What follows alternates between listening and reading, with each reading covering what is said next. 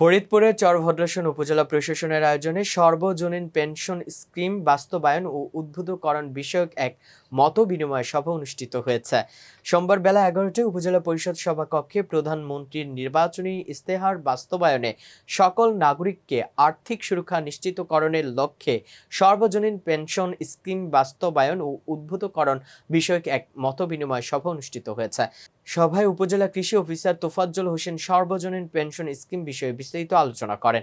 এ সময় উপস্থিত ছিলেন উপজেলা নির্বাহী অফিসার মোহাম্মদ বিন ফয়সাল করিম, উপজেলা ভাইস চেয়ারম্যান ফরিদা বেগম, চরভদ্রাসনের UP chairman Mohammad Azad Khan, Gazirtek UP chairman Yakub Ali, Harirampur UP chairman Jahangir Kabir, বীর মুক্তিযোদ্ধাগণ, সাংবাদিক বিন্দু সহ উপজেলার বিভিন্ন সরকারি দপ্তরের কর্মকর্তা কর্মচারী ও বিভিন্ন শ্রেণী পেশার ব্যক্তিবর্গ।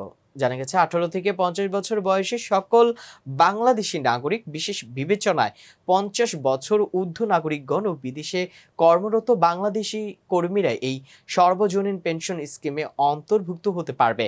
সর্বজনীন পেনশন স্কিম সমূহের মধ্যে রয়েছে প্রবাস বাংলাদেশি, প্রগতি বেসরকারি কর্মচারী প্রতিষ্ঠান, সমতা স্বল্প আয়ের ব্যক্তি ও সুরক্ষা সকর্ম ও অপ্রাতিষ্ঠানিক কর্মী। উপজেলা প্রশাসন সূত্রে জানা গেছে এখন পর্যন্ত এই উপজেলায় শতাধিক ব্যক্তি প্রধানমন্ত্রীর সর্বজনীন পেনশন স্কিমের আওতাভুক্ত রয়েছে। উপজেলা নির্বাহী অফিসার মোহাম্মদ ফয়সাল বিন করিম বলেন, অর্থনৈতিক সুরক্ষা নিশ্চিত করতে সকলের এই পেনশনের আওতায় আসা উচিত। সকলের সহযোগিতার মাধ্যমে এই উপজেলার জনসাধারণের উদ্বুদ্ধকরণের মাধ্যমে পেনশন স্কিমে অন্তর্ভুক্ত হওয়ার আহ্বান জানান তিনি। দর্শক, ভিডিওটি ভালো লেগে থাকলে অবশ্যই লাইক, কমেন্ট, শেয়ার করে কাজী টিভি নিউজ 24 এর সাথেই থাকুন এবং সবার আগে খবর পেতে ভিজিট করুন www.kazitv news24.com।